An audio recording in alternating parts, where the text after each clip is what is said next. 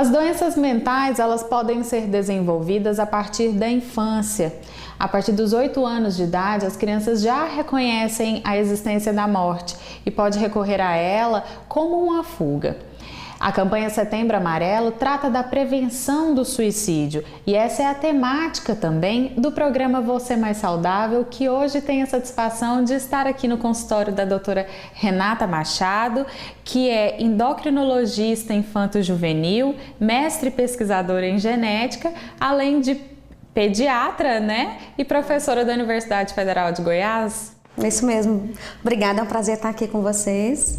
Nós que agradecemos a oportunidade, né, de falar de um assunto tão importante e às vezes tão mistificado, né, doutora Renata? Esse é um tema que não é muito agradável de se falar, né? Ninguém gosta de falar de suicídio, ainda mais quando a gente foca em crianças e adolescentes.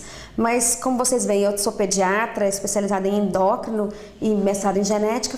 Parece que não tem nada a ver com a minha área específica, mas isso não existe. Na verdade, o falar do suicídio, ele faz parte da temática de qualquer profissional de saúde e do pediatra geral também. Eu, como professora de pediatria, resolvi falar sobre esse tema no mês de setembro, que é justamente o mês que a gente dedica à prevenção ao suicídio.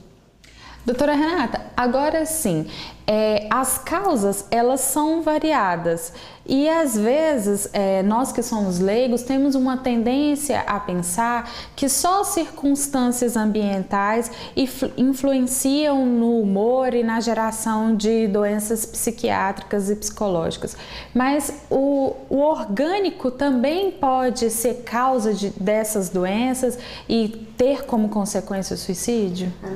Chegar no ponto de suicídio ou da ideação suicida, que é você ficar pensando, maquinando, ou a tentativa de suicídio, a pessoa assim faz uma autoinjúria, mas não conseguiu se matar realmente, isso na verdade acontece por uma questão de junção de vários problemas. A maior parte das vezes existe uma conjunção de coisas, que tem aí a depressão como um central, né?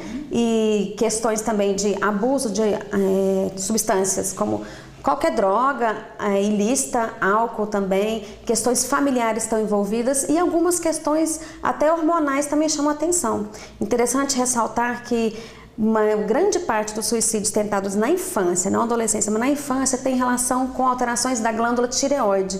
O hormônio tiroidiano, ele é muito famoso por talvez alterar o peso, mas ele altera muito o psiquismo de todo mundo e crianças e adolescentes ficam mais suscetíveis à impulsividade e depressão se tem problemas da tireoide. Problemas de hormônios também da suprarrenal, como cortisol, também alteram o psiquismo, podem levar a quadros até delirantes e podem facilitar o aparecimento de ideias suicidas. Mas a maior parte das vezes, realmente, o que a gente tem é uma doença psiquiátrica por trás, levando a um desespero, vamos dizer assim, e que leva esse adolescente ou até uma criança a tentar o autoextermínio.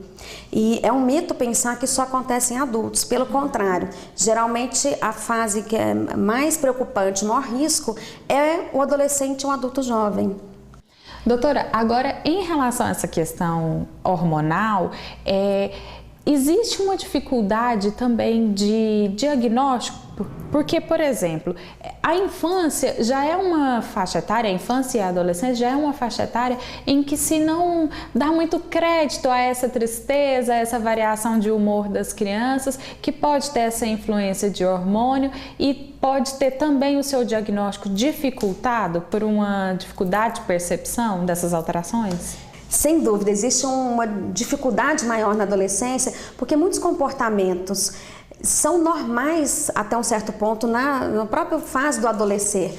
Então, o tédio, ser mais suscetível a roubos, né, de comportamentos, então impulsividade, tudo isso faz parte da adolescência, mas até que ponto é normal ou começa a ser patológico, isso precisa ser levado em consideração e tem que ser acompanhado de perto, pelos pais e pelo pediatra geral. Então, um pouco de mudança de comportamento é esperado nessa idade, mas se você começa a juntar muitas mudanças repentinas, uma adolescente que passa a deixar deixar de ter prazer naquelas situações que antes ela gostava, abandona hobbies, abandona amizades, fica com muito tédio o tempo todo, um isolamento excessivo. Tudo isso chama a atenção que alguma coisa pode não estar indo muito bem. Um outro dado importante que todos os pediatras e pais devem ficar atentos é que antes de uma tentativa de suicídio ou suicídio mesmo feito por um adolescente, existe um aumento muito grande de consultas ao pediatra ou ao clínico geral. Então, as crianças e adolescentes começam a ter muitas queixas sintomáticas, são sintomas físicos, e vão muito mais ao médico. É uma forma de pedir ajuda. Então se pesquisam várias doenças, não se acha, entre aspas, nada, ou seja, são doenças psicossomáticas. A dor é real, mas o que está levando a essa dor física não é uma doença física, mas uma doença de fundo mental ou emocional. Doutora, a senhora citou algumas glândulas que fazem parte do sistema endócrino, como a suprarrenal e a glândula da tireoide. De que maneira a falta ou o excesso desses hormônios, como a tiroxina e o cortisol, podem influenciar na alteração do comportamento e na alteração do humor, principalmente dessas crianças e adolescentes? Então, a tireoide, ela precisa estar bem balanceada. Tanto a falta quanto o excesso do hormônio tireoidiano vão implicar em alterações de comportamento e do humor. Então, no hipotireoidismo, a glândula tireoide está preguiçosa e a gente tem menos hormônio tireoidiano circulando, tudo fica muito lento.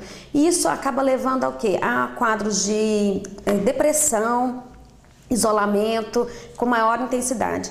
Nas crianças, a gente também vê irritabilidade, o que não é muito comum no hipotireoidismo do adulto. Já o hipertireoidismo, existe um aumento da produção dos hormônios, tudo fica muito agitado, uma criança com insônia, extrema agitação, e que também pode levar ao quê? Ao maior risco de suicídio pela grande impulsividade. Né? Já a parte do cortisol, as duas coisas também afetam. O hipercortisolismo ou Cushing, o excesso de cortisona, vai levar essa criança a um estado mais depressivo. E já a falta do cortisol é um estado mais apático, mais desânimo, que talvez até dificulte o fato de tentar o suicídio por tanta apatia. Aliás, uma coisa a chamar a atenção é que às vezes a pessoa muito triste, muito depressiva, apática, de repente dá uma melhorada, a família relaxa. Cuidado, que nesse melhorar, talvez é ali que ela tem forças, adquire forças para tentar o ato em si. Então a gente tem que ficar realmente prestando atenção. Frases como, eu não aguento mais, quero dormir para sempre, a vida não tem sentido, se ditas repetidamente, tem que ser levadas a sério. Né? Às vezes, eventualmente, uma ou outra vez falar, não vamos levar tão a sério, mas é preciso levar isso a sério, ter uma avaliação. Porque depois que o fato consumado, quem fica sofre muito também, claro. Fica sempre aquela sensação de culpa, o que eu poderia ter feito, ou o que eu fiz, o que eu não deveria ter feito. Né? A família adoece com certeza. Né? Os mais próximos, amigos próximos, ficam com essa culpa e ao mesmo tempo um sentimento de raiva também. Poxa, como é que ele não pensou em mim? Nossa, teve coragem de fazer isso, mas poxa, eu era tão próxima, eu vou sofrer tanto. Então a família adoece, a família e os amigos próximos com certeza ficam mentalmente muito abalados depois de um suicídio. Doutora, lembrando que às vezes esse comportamento, diferente do que as pessoas pensam, não necessariamente é uma vontade de tirar a vida, mas acabar com aquela dor momentânea, com aquela angústia, aquela sensação? Essa colocação sua é muito importante. Nosso principal instinto é o quê? O instinto de vida, de autopreservação. E perder isso não é fácil. Então, quando a pessoa chega a tirar a própria vida, isso vai muito contra a nossa própria natureza. Na verdade, muitas vezes ela não quer tirar a vida, ela quer tirar o sofrimento.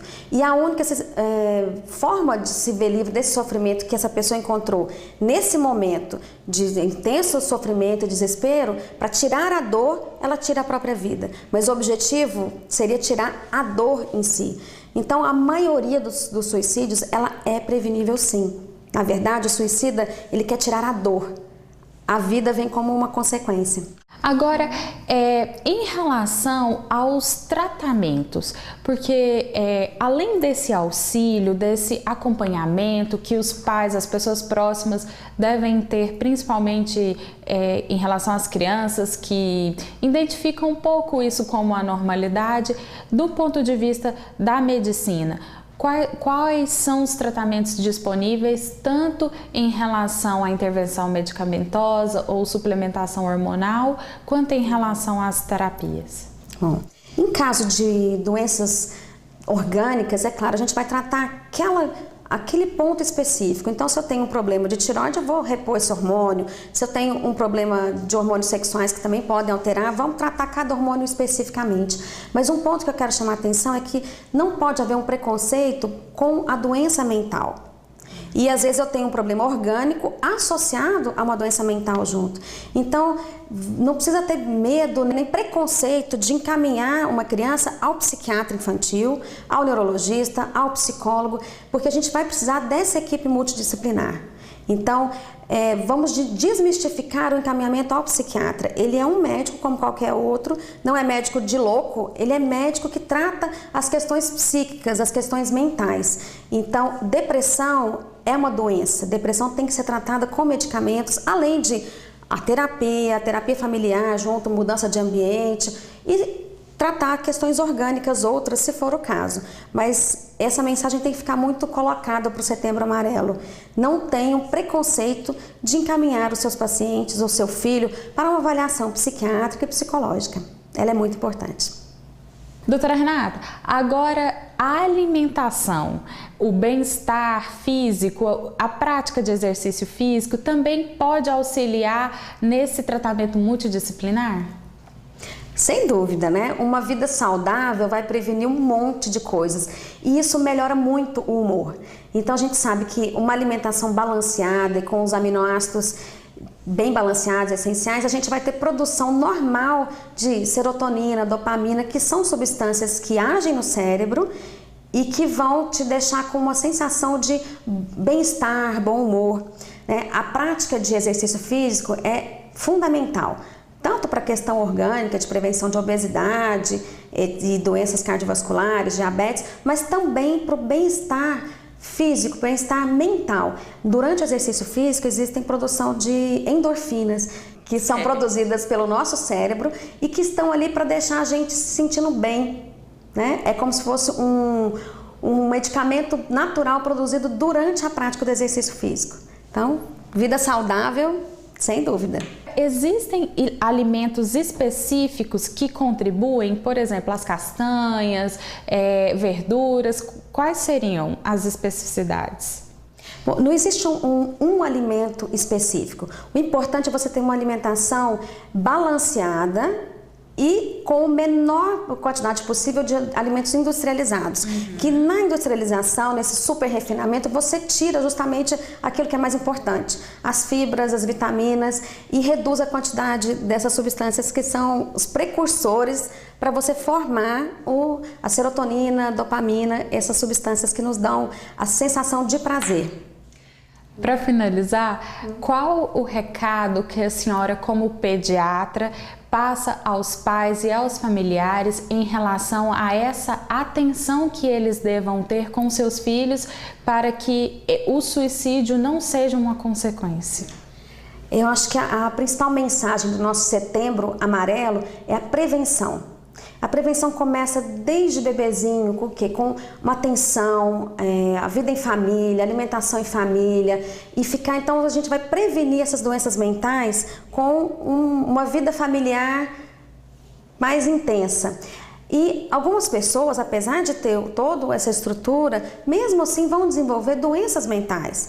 Então, outro ponto importante é não tenha preconceito. Se você está notando mudança de comportamento no seu filho, uma mudança muito repentina, mudança de alimentação, comendo de apetite, comendo muito ou comendo quase nada, dormindo excessivamente ou com insônia, agressividade, qualquer coisa que te chame a atenção, nossa, ele parece outra pessoa, nossa, parece que ele virou outra pessoa, não tenha preconceito de procurar ajuda. Então, é muito melhor você procurar um profissional, ou pediatra, ou o neuro, ou o endócrino, seja lá quem for que possa te encaminhar para um diagnóstico, um tratamento específico. Eu acho que vencer o preconceito de, nossa, será que eu tenho um familiar que tem uma doença mental? É extremamente importante. A partir dali, bem no começo, você pode pedir um auxílio e com esse tratamento inicial a gente consegue prevenir a maioria dos casos de tentativa de suicídio e o suicídio em si. Ter adultos mais saudáveis, né? Com certeza. Doutora Renata, muito obrigada pela sua participação no programa Você Mais Saudável e pelas informações que a senhora passou aqui ao nosso telespectador. Obrigada, foi um prazer estar com vocês.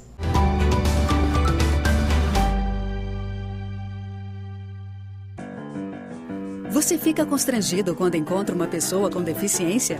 Então, está na hora de mudar. Deficiência não é doença e essas dicas são para você. Pessoas com deficiência intelectual levam mais tempo para aprender. Mas isso não significa que sejam incapazes. Elas podem e devem estudar e trabalhar. Existem mais de 200 tipos de deficiência intelectual. A síndrome de Down é uma das mais conhecidas. Não seja superprotetor. Se a pessoa com deficiência for uma criança, trate-a como criança. Se for adulto, trate como adulto. Ao pedir alguma coisa, se ela não conseguir fazer, mostre um modelo e certifique-se de que foi compreendido. E o mais importante, respeite o ritmo dela.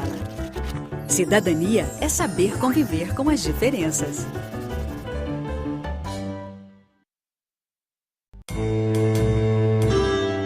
O tráfico internacional de pessoas é crime hediondo, uma ação cruel e desumana.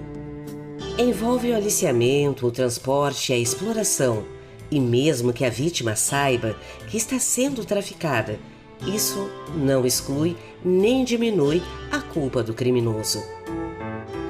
Explorar e manter pessoas sob ameaça ou uso de força e ainda impor dívidas injustas caracterizam o delito.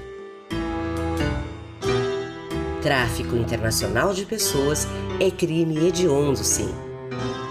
Superior Tribunal de Justiça, o Tribunal da Cidadania.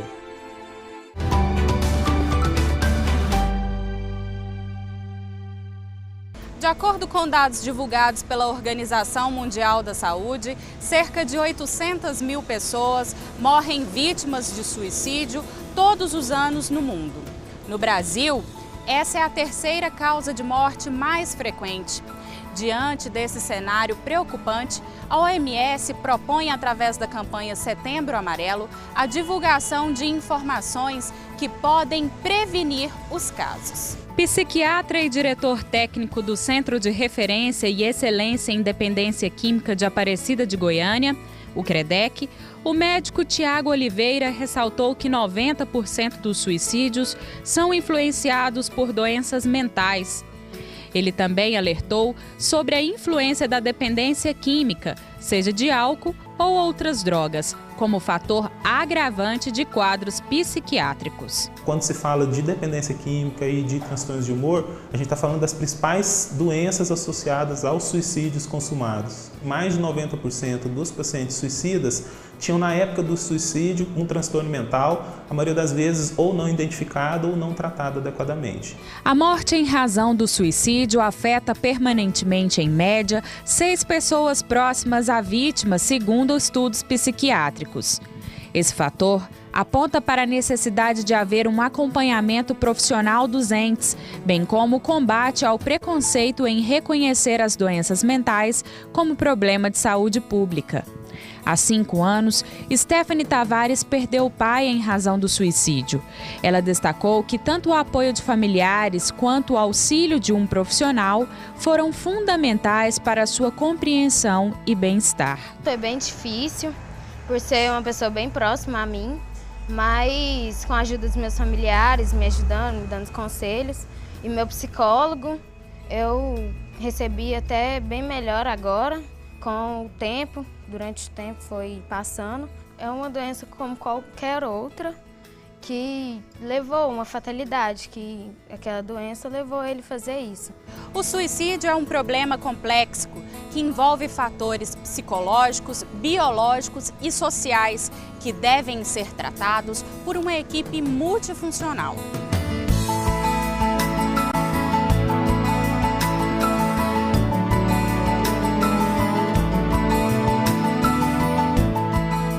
E para falar sobre o Setembro Amarelo, Você Mais Saudável de hoje conta com a presença do Dr. Cláudio Rogério, ele que é psicólogo.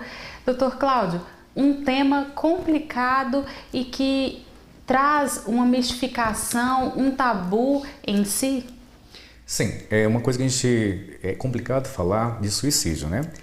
Até mesmo porque há muito tempo se esconde, é uma dor. As pessoas também não vão se declarar que tem esses pensamentos de ideação suicida. Então, assim, esse momento da mídia, né, de estar falando, de estar apresentando essa temática, nos ajuda muito na prevenção e até mesmo para que a gente possa compreender. Porque se não fala, se não traz a informação, não tem compreensão do assunto. E a gente precisa compreender para poder combater.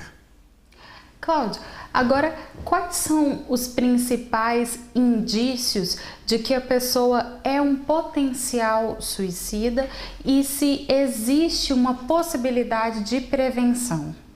Então, quando o paciente me procura, eu sempre pergunto na anamnese se a pessoa tem pensamentos de morte ou vontade de se matar, né, ou desejo de se matar, planejando a própria morte. Porque é bem diferente. Desejar morrer em circunstâncias de sofrimento, de angústia, de pressão, de estresse, todo mundo em algum momento deseja morrer. Esse morrer é alívio de quê? De pressão, alívio dessa angústia, é uma forma de você sumir. Agora, pensar sobre a própria morte, planejar a própria morte, isso já é indício de uma doença, né, de ideação suicida, de uma possibilidade, potencialidade de tirar a própria vida. Uma coisa certa, ninguém quer morrer. A gente quer, geralmente a pessoa quer ter o alívio da dor, quer ter o alívio da angústia, daquele momento ou estado emocional negativo que ela se encontra. Então, assim, lógico, existem as causas. As causas são as mais variadas, né? Um trauma emocional, um abuso, um estupro, uma morte de uma pessoa que é muito querida no contexto dessa pessoa e que trazia uma dependência emocional, que trazia um suporte emocional para ela. Quando a morte retira essa pessoa fica sem chão, né? Porque a outra foi embora e morrer parece ser a única opção. E também tem os casos psiquiátricos. Em surtos psiquiátricos, né, bipolaridade, esquizofrenia, a ideação suicida pode ser acionada, porque ele não está no seu estado emocional adequado. E também a ideação suicida de aniversário. Como assim? A pessoa passa um tempo, um período da vida tranquila. Vem uma data de aniversário, tipo quando ela foi abusada, quando a pessoa morreu que ela amava, quando um fato em si, ele vem como aniversário, ou seja, vem novamente a data, ela pode desenvolver ou ela pode ser como gatilho para tentativa de suicídio. Existe possibilidade de prevenir um potencial suicida ou não? Então, é uma coisa certa. A boca fala daquilo que o coração está cheio. Entende-se assim, né? Isso assim, de uma forma assim, dentro da teologia cristã, esse provérbio é muito colocado, essa fala é muito apresentada. E isso tem coerência, né? O que acontece? As pessoas que têm ideação suicida, elas podem sinalizar, tá? As que vão sinalizar o desejo de se matar, elas são bem específicas, elas não são o caso de pacientes psiquiátricos. Os psiquiátricos, eles no momento vêm e atuam, no momento vêm e executam. Então esses não tem como ter uma prevenção. Mas agora, os casos emocionais, psicológicos, que não estão dentro de casos psiquiátricos, eles vão sinalizar verbalmente. Existe uma fala, né? Existe um contexto, um relato verbal, um processo verbal que vai sendo denunciado. A pessoa vai deixando indícios. E esses indícios a família tem que estar atenta. A família tem que estar atenta ou pessoas que convivem. Tipo, nossa, que vontade de morrer. Nossa, e começa uma fala negativista, pessimista, de desistência da vida, de desinteresse pela vida. Geralmente, em alguns casos, vem acompanhado de depressão e a coisa vai sendo progressiva. No contexto de uma ideação suicida, vamos dizer, normal, ou dentro do processo que ela vai ocorrendo, ela é processual. Ela vai criando corpo, ela vai criando nuances até que um ponto pode culminar. Cláudio, as pessoas podem falar que querem se matar, mas isso pode ser um blefe? Pode. Pode ser um blefe porque eu posso trazer nesse momento, para mim, a atenção que eu preciso. Eu posso trazer para mim a necessidade de ser cuidado, de ser amparado, ou também naquele momento, Kathleen, acontece o seguinte, a pessoa está desejando que alguém a escute. E quando eu aciono o processo da morte, aí as pessoas se sensibilizam e ficam mobilizadas. Agora, pode ser um blefe, mas pode ser uma verdade em potencial. Por isso, a família tem que o quê? Fazer a prevenção. E a prevenção são das mais diversas possíveis. Procurar um profissional, por exemplo. Isso, procurar um profissional, porque sim, ninguém sabe fazer um manejo ou administrar ou prevenir uma pessoa com ideação suicida. A gente tem algumas coisas, por exemplo, no ambiente que essa pessoa esteja inserida, é preciso fazer algumas observações e até mesmo algumas vistorias, tipo objetos pontiagudos, tem que recolher esses objetos, remédios, tudo que você percebe que vai afrontar ou que vai colocar a vida numa situação de risco, é preciso que a gente faça então o manejo do ambiente. Observar essa pessoa, tá tendo cuidados em relação às atitudes, os comportamentos de isolamento, comportamentos de agressividade verbal. Quando a gente vai fazendo esse tipo de observação, a gente vai percebendo como é que isso está caminhando. Eu apresento também nesse contexto para a pessoa pratos generosos de afeto. Porque se for um processo emocional de carência, quando eu ofereço o afeto, pronto, acabou, é sanado. E lógico, sempre com acompanhamento psiquiátrico e acompanhamento psicológico, porque são profissionais que vão saber orientar de maneira mais verticalizada. O que seria isso? De maneira mais específica. Não dá para falar necessariamente de um manejo de uma maneira tão generalista, porque cada caso é específico. Aí entra o profissional para quê? Para que ele possa, de uma forma específica, orientar família, cuidadores, marido, esposa e afins. Você acredita que a atuação conjunta da psiquiatria e da psicologia podem trazer melhor resultado, já que as duas especialidades atuam, vamos dizer, em áreas distintas? Então, são áreas distintas, mas são áreas correlatas, A psicologia faz parte dessa estrutura da medicina e assim vai. Então, assim, são áreas complementares e interdisciplinares. Elas estão ali no contexto, elas estão ali nesse envolvimento. Até mesmo porque quem tem uma ideação suicida, possivelmente tem uma questão orgânica por trás. Uma depressão, uma bipolaridade, alguma coisa não está adequada. Até mesmo uma disfunção hormonal pode ser a causa. Uma disfunção hormonal também pode trazer isso. Por exemplo, tem menopausas que a pessoa fica tão mobilizada, a mulher fica tão ruim emocionalmente, que parece que a única opção dela, ou a única coisa a se escolher, é tirar a própria vida. Então, assim, precisam caminhar juntas. É necessário que a gente possa, nessa campanha, abraçar essas áreas como opções de cuidados, de prevenção. Não dá para eu, pai, esposo, esposa, filho, fazer um papel que não cabe a mim. Até mesmo porque foge da nossa alçada. A gente não tem a formação técnica para isso. Então não dá para a gente brincar de curar uma pneumonia dando chazinho. E tratar suicídio ou essa situação toda de uma maneira muito amadora. Agora, de acordo com a Organização Mundial da Saúde, nos últimos anos aumentou em 40% a ocorrência do suicídio e de tentativas. A sociedade hoje contemporânea contribui para que esse processo ocorra? São vários fatores, a gente não pode descartar ambas as coisas, né? É uma divulgação maior, então se há uma divulgação maior, é uma possibilidade maior do registro, né? As pessoas começam a registrar essas ocorrências, porque antigamente elas velavam muito, porque isso é constrangedor e é ruim para quem se mata e é constrangedor para a família porque sente a culpa da morte de quem morreu.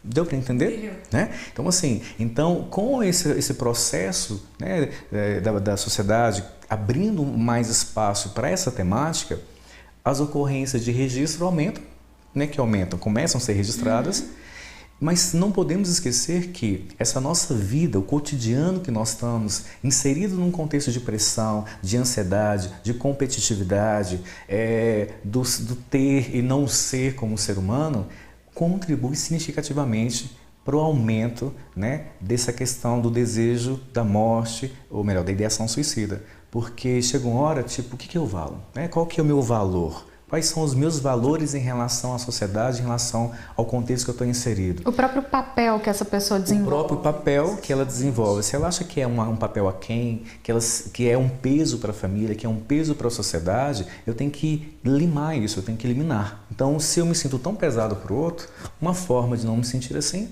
seria tirar a própria vida. Então, existem várias coisas que envolvem. O assunto não é tão simples, mas é extremamente pertinente falar sobre.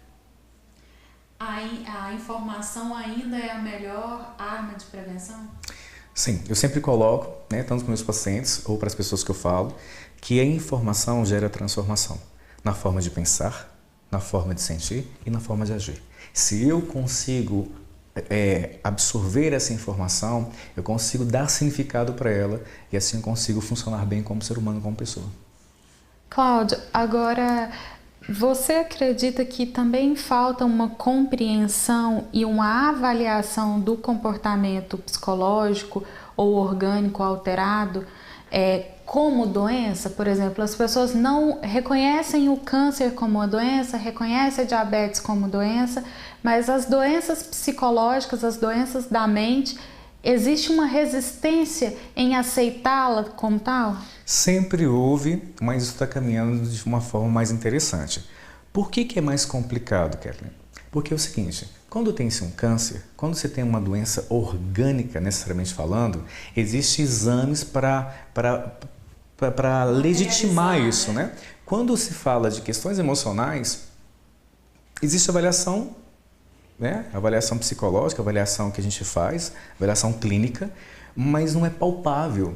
A gente não consegue mensurar isso em dados, em resultados. Isso é muito próprio do olhar do profissional, isso é muito próprio de quem tem o treino do comportamento, que consegue perceber comportamentos mais normativos, mais dentro da normalidade.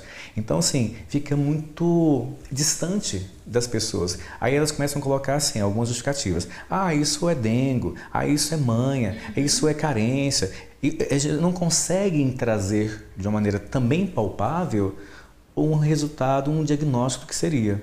Por isso, ficando tão solto, a compreensão não fica tão clara, né? Por isso que precisa do acompanhamento do psiquiatra e do psicólogo para dizer, olha, isso não está adequado, isso não está dentro daquilo que é normal, vamos dizer assim, né? Se é que existe a questão da normalidade, mas dentro dos parâmetros. Então, quando a gente não tem essa formação técnica, a gente fica muito no achismo, fica muito nas inferências, nas hipóteses e nas desconfianças de que, de repente, aquela doença ou aquela patologia, de fato, exista. E é uma desconfiança que surge no próprio paciente, por exemplo, ele também tem essa dificuldade de justificar a sua tristeza, a sua melancolia e os próprios pensamentos suicidas? Então, ele sente o desconforto, mas ele não consegue entender por que está acontecendo isso. E talvez nem compreenda a causa, mas se ele sente, faz sentido, mas ele não consegue entender que sentido é esse. Até ele também tem uma certa dificuldade, ou uma enorme dificuldade. Pessoas no meu consultório me procuram em relação eu nunca pensei que ia vir no psicólogo por causa de ansiedade. Então, assim, surpreende até o próprio paciente tal patologia. Se isso cabe dentro da questão da ansiedade, imagina no contexto do suicídio, porque até mesmo o suicídio é muito tomado de preconceito, de tabu, de medo, de inadequação, mas eu estou sentindo, então faz algum sentido. Agora, você enquanto profissional da área de psicologia e também enquanto religioso, eu não sei se existem muitos tabus também relacionados à questão da religião, que é uma instituição social tão atuante na vida das pessoas. De que maneira as pessoas que têm essa resistência um pouco religiosa em procurar um profissional ou tratam isso como justificativa pode auxiliar ou atrapalhar a identificação e o tratamento de uma pessoa que é um potencial suicida? Então, depende muito do contexto da realidade dessa pessoa. Na maioria dos casos que eu percebo, a religião ou a fé, ela traz como um freio de tentativa de suicídio, por dois aspectos. Ou por medo de supostamente pagarem isso lá na frente, tipo um inferno, ou até mesmo por um outro lado que é mais saudável, a valorização da vida. Diante da morte ou da vida, escolher a vida no contexto de fé, no contexto humano, é mais saudável para ela. Então ela vai enfrentar a vida, mesmo que essa vida seja um pouco dura, difícil e sofrida. Agora, a dificuldade ou gera possibilidades de não buscar um profissional, talvez, mas não é só a religião que faz isso, né? Não é só a religião que traz a dificuldade ou traz como limitantes para buscar ajuda. Isso também tem a ver com questões pessoais. Tem pessoas que são autossuficientes, tem pessoas que acham que não precisam, tem pessoas que subestimam a própria doença. Então, assim, eu não coloco a religiosidade como algo que é tão inadequado. Eu acho que é um fator de proteção, sim. Só que é o seguinte, esse fator de proteção, dependendo de como é encarado, ele pode atrapalhar ou não. Na maioria dos casos, é um freio saudável. Cláudio, agora qual é a orientação que você, enquanto profissional da área, passa aos familiares e às pessoas que estão percebendo entre seus entes um comportamento atípico? Então, é uma coisa que precisa ser entendido. Esteja atento às situações, os comportamentos que não são tão adequados, principalmente os pequenos detalhes, né? Tipo coisas do cotidiano. Se a pessoa está inapta à festa, inapta ao convívio, buscando isolamento, angustiadas, tristes, com a verbalização dizendo que desejam morrer ou pensam em se matar ou coisa do gênero, não cause tanto alvoroço, mas tenha consciência, tenha tranquilidade em buscar ajuda. Não fazer tanto alarde, mas buscar ajuda, né? Entendendo que talvez seja um blefe. Sim, às vezes a pessoa fala assim, eu quero me matar, e a mãe ou o pai fala assim, para com isso, besteira é essa? Em vez de acolher a fala, ignora a fala, não é adequado. Acolha isso, busque ajuda, seja o psicólogo, psiquiatra, porque talvez esse blefe possa ser, na verdade, a última cartada que essa pessoa tem para o processo da vida. Então, sim, busquem sim ajuda, é o mais adequado. Agora, para finalizar, no ponto de vista do indivíduo, quais os comportamentos, as sensações que a pessoa pode identificar em si e optar por procurar um profissional? Então, é uma baixa autoestima, desinteresse pela vida, desinteresse pelas relações, pensamentos negativos, pessimistas, às vezes catastróficos, um abatimento emocional, uma melancolia, uma tristeza. Então imagine assim, todo o ambiente emocional seu caminhando para o negativo, caminhando para o pessimismo, caminhando para essa inaptidão e desinteresse pela vida. Quando você começa a pensar isso, inevitavelmente a morte vem como proposta. Se a vida não tem sido alimentada de maneira intensa dentro de você, o que sobra é a morte, porque o mesmo espaço do coração que ocupa a vida pode também ocupar a morte. Se você vai analisando essas questões todas, fica mais fácil você entender que a ajuda é extremamente necessária para você conseguir, diante desse caos emocional, encontrar algo positivo e um propósito de vida. Uma vida melhor, uma vida mais feliz, uma vida mais digna.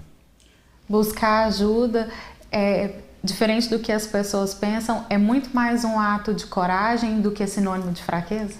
Certamente. Talvez seja a nossa chave de ouro em fechar esse contexto da nossa conversa.